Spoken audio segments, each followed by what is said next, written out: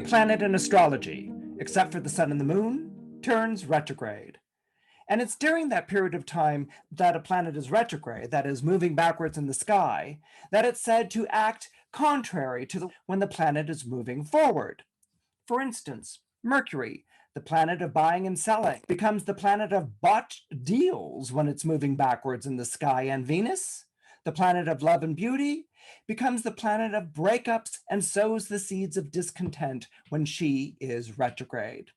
So, if you kind of keep that formula in mind, kind of stands to reason that maybe Saturn, the planet of trials and tribulations, might kind of give you a break or cut you some slack when it's turning retrograde.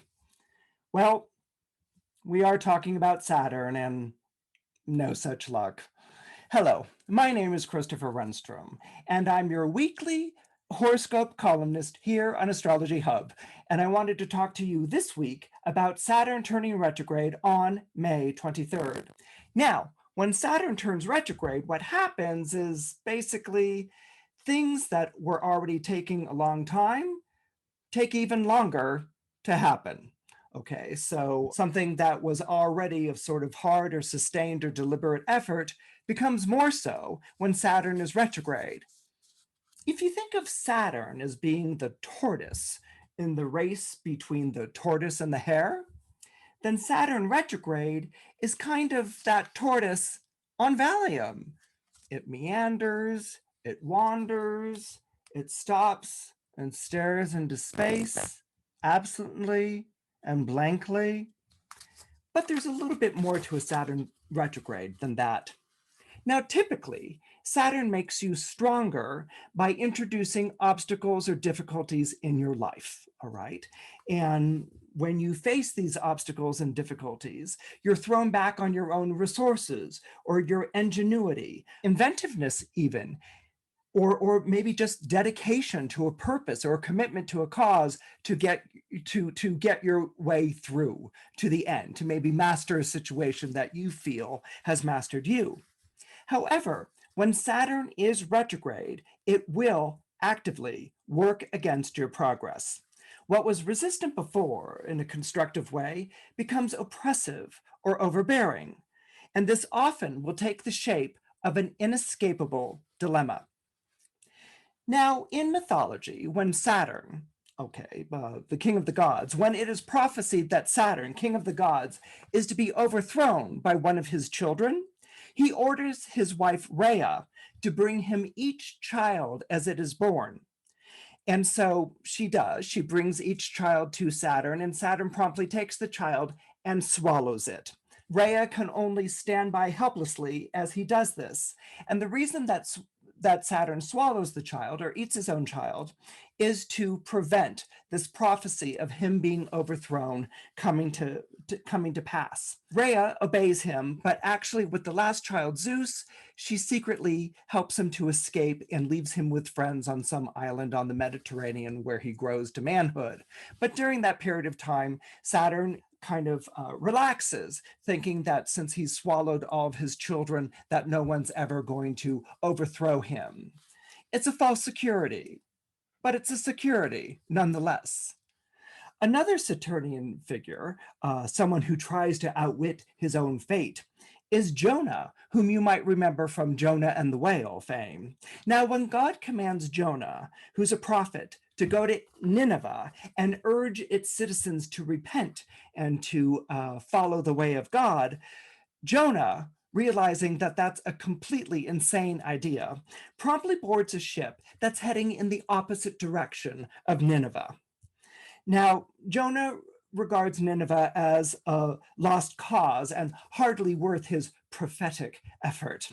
His deliberate disobedience of God, however, lands him in the belly of the whale. There's a storm at sea, and the sailors are all afraid, and the sails are being ripped, and the mast looks like it's going to break. And Jonah, in a moment of realization, realizes that he's the cause of this storm, that God's mad at him, and he tells the sailors to throw him overboard into the sea. And no sooner do the sailors throw him overboard into the sea than this whale emerges with gaping mouth and it swallows Jonah. Okay, that's kind of like a really important thing to keep in mind with the Saturn retrograde, this idea of being swallowed and languishing in the belly, whether it's being swallowed and languishing in the belly of Saturn, or as his children are in mythology, or being swallowed and languishing in the belly of the whale, as is the case of Jonah. And what Jonah doesn't really know, because he's in the belly of the whale, is that the whale is actually swimming back in the direction of Nineveh.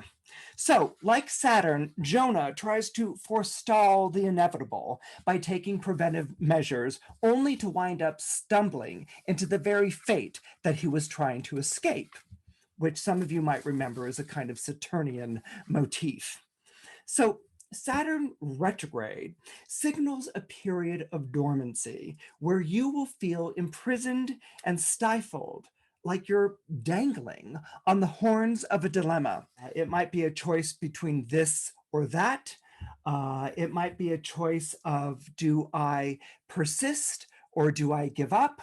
Or it might just be the feeling that I'm being called upon to do something that I really don't feel able or even capable of doing. I need more time, I need more preparation, but nevertheless, there's a deadline that's staring you in the face.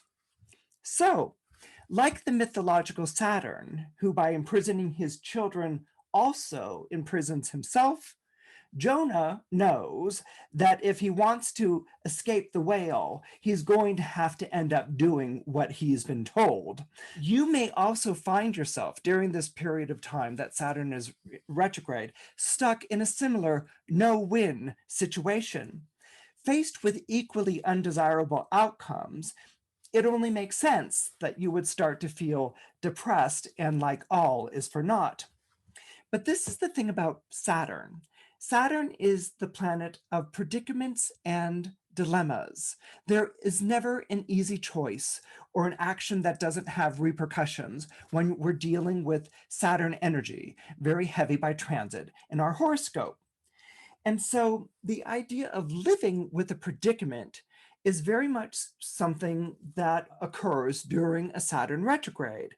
And if you think about it, if you do a long think about it, and remember that Saturn retrogrades give you a long time to think about it, predicaments often carry the clues to their own solution. Just as what you thought was right, just as what you thought was right action or right decision, ends up being horribly wrong, ironically, and in true Saturn retrograde fashion, it may be the very wrong thinking that ultimately proves right in the end. Deliverance during the time of Saturn retrograde will lie in learning to cope with your limited circumstances, not just accept them, but to cope with them. That means to think about them, to mull them over, to figure out what is to be done. Now, in the end, Saturn, having swallowed his children, is vanquished by Zeus in a battle of the gods.